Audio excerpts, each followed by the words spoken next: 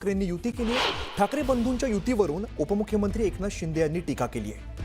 आमची युती सत्तेसाठी स्वार्थासाठी नाही असं एकनाथ शिंदे म्हणतायत, तर काही जण स्वतःचं अस्तित्व टिकवण्यासाठी युती करतायत असं म्हणत एकनाथ शिंदेंनी ठाकरे बंधूंच्या युतीवरती जोरदार टीका केली आहे।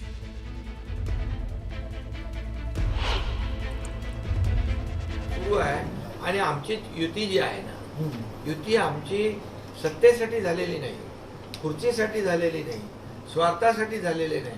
आता काय काय युत्या आघाड्या होत आहेत ते फक्त खुर्ची आणि स्वार्थ, सत्ता यापेक्षा दुसरं काही नाही आणि अस्तित्व टिकवण्यासाठी जे काय करतायत। आता काही लोक नवीन नवीन युत्या करतायत, काही लोकांनी अगोदर पण त्याचा अनुभव घेतलेला आहे।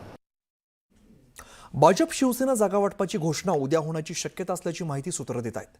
मुख्यमंत्री देवेंद्र फडणवीस आणि एकनाथ शिंदेंच्या उपस्थितीत घोषणा होण्याची शक्यता आहे। आज मुंबईतील जागा वाटपावरती पुन्हा भाजप आणि शिवसेनेची महत्त्वाची अशी बैठक होणार आहे। या बैठकीला दोन्ही पक्षातील महत्त्वाचे नेते उपस्थित असतील आणि या बैठकीआधी भाजप नेत्यांची मुख्यमंत्र्यांसोबत सुद्धा बैठक होती। तिढा असलेल्या जागांवरती आता या बैठकीमध्ये चर्चा होईल।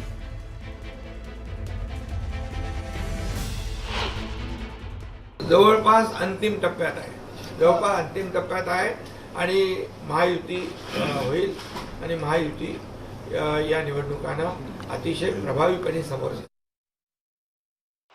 मध्ये 31 तारखेपर्यंत ही सोयाबीन खरेदीची मुदत होती, 31 डिसेंबर, आणि महाराष्ट्रामधला मोठा पीक आहे सोयाबीन, शेतकऱ्यांचा हिताचा फार मोठा विषय आहे। यावर्षी साधारणतः 19 लाख ते 20 लाख टन खरेदी करण्याच्या संदर्भातील केंद्र आणि राज्य सरकारमार्फत चर्चा केली आहे आणि 31 डिसेंबरला त्याच्या खरेदीची रजिस्ट्रेशनची मुदत संपत होती।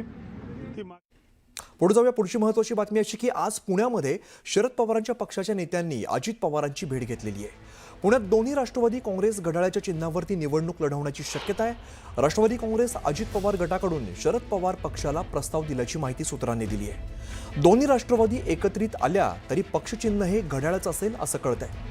राष्ट्रवादी काँग्रेस म्हणून लढताना मतविभाजन होऊ नये म्हणून निवडणुकीमध्ये एकच चिन्ह असण्याची शक्यता आहे, तर एकत्रित येऊ मात्र चिन्ह एकच ठेवू म्हणजे संभ्रम होणार नाही अशी भूमिका अजित पवारांनी मांडली आहे।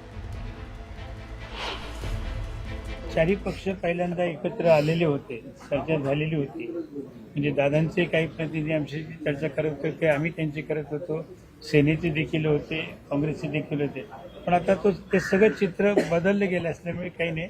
दादांशी जी चर्चा झाली त्याच्या बाबतीमध्ये दादा आणि आमचे आणखीन एक चर्चा होईल आणि संध्याकाळपर्यंत काय आहे तो आमचा निर्णय सांगेल।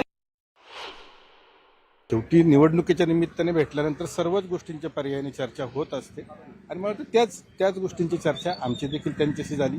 त्यांनी देखील त्या गोष्टी आमच्याकडून समजून घेतल्या, ऐकून घेतल्या आणि त्यांच्या पक्षातील सन्माननीय त्यांचे पदाधिकारी त्यांच्याशी चर्चा करून याबाबत पुढील काय निर्णय असेल ते आपल्याला कळवू अशी त्यांनी आम्हाला सांगितलं। अजून काही बैठक होण्याची शक्यता, कारण ही केवळ प्राथमिक बैठक झाली असं तुम्ही आता पत्रकार परिषदेत म्हणाल, अजून बैठका होतील? निश्चितपणे दादांचा निर्णय आल्यानंतर काही कन्क्लुजन पुढे जात असेल तर त्याबाबत चर्चा होत राहील सातत्याने।